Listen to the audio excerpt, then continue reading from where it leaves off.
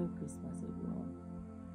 So there's this behavior pattern I've noticed in my 2-year-old over time, that sometimes, or whenever she falls, or maybe she's playing and gets injured, no matter who tells her sorry, she always finds her way to wherever I am, and she comes crying to me, "Mommy, I've got a boo-boo," and I'll be like, "Oh baby, you've got a boo-boo, sorry my love." Then maybe give her a hug and a peck.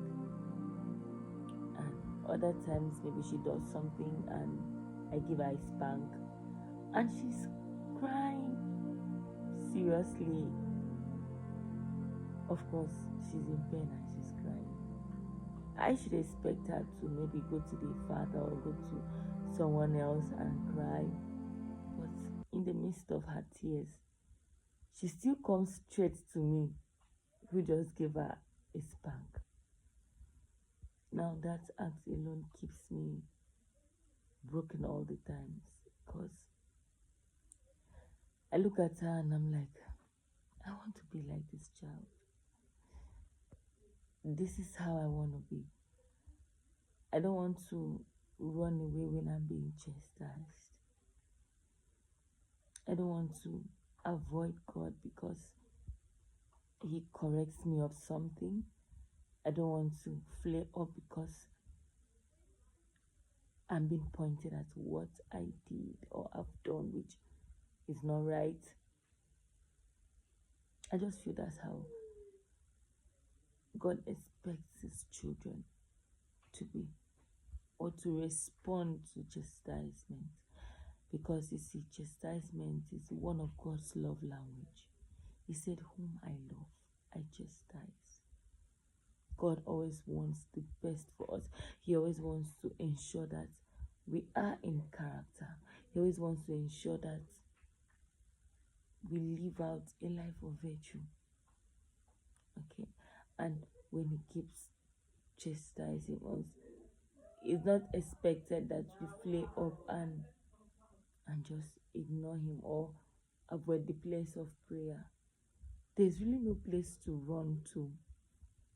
There's really no place outside there, outside of God, outside His purpose, outside His will that is best for us. It is only God that knows what is best for us. And when He's chastising us, He's nudging us, He's bringing us, He's doing all of that to bring us to the place that is best for us. So that feeling of I'm not worthy, maybe God chastises us and we just feel the best thing to do is avoid God, because we are not worthy of His love after all. After all this I have done, after these things I have done, He might not even give me an ear. No, you are worthy of God's love. You are worthy of God's attention. You are worthy of God's forgiveness. Like, the beautiful thing is that the provision of forgiveness had already been made ahead of time.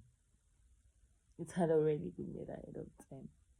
Like, you were even forgiven before you committed that grave sin, that grave, how should I even quantify it?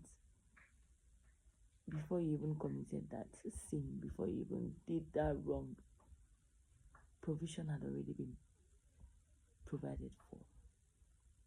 So you are worthy of that forgiveness.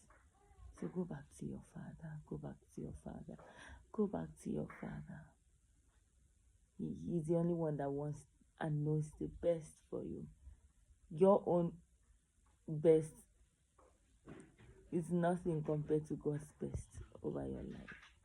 So go back to your Father. Stop running away from where your solution lies. Stop running away from where you ought to have your being. It's in Him you live. It's in Him you pray and have your being.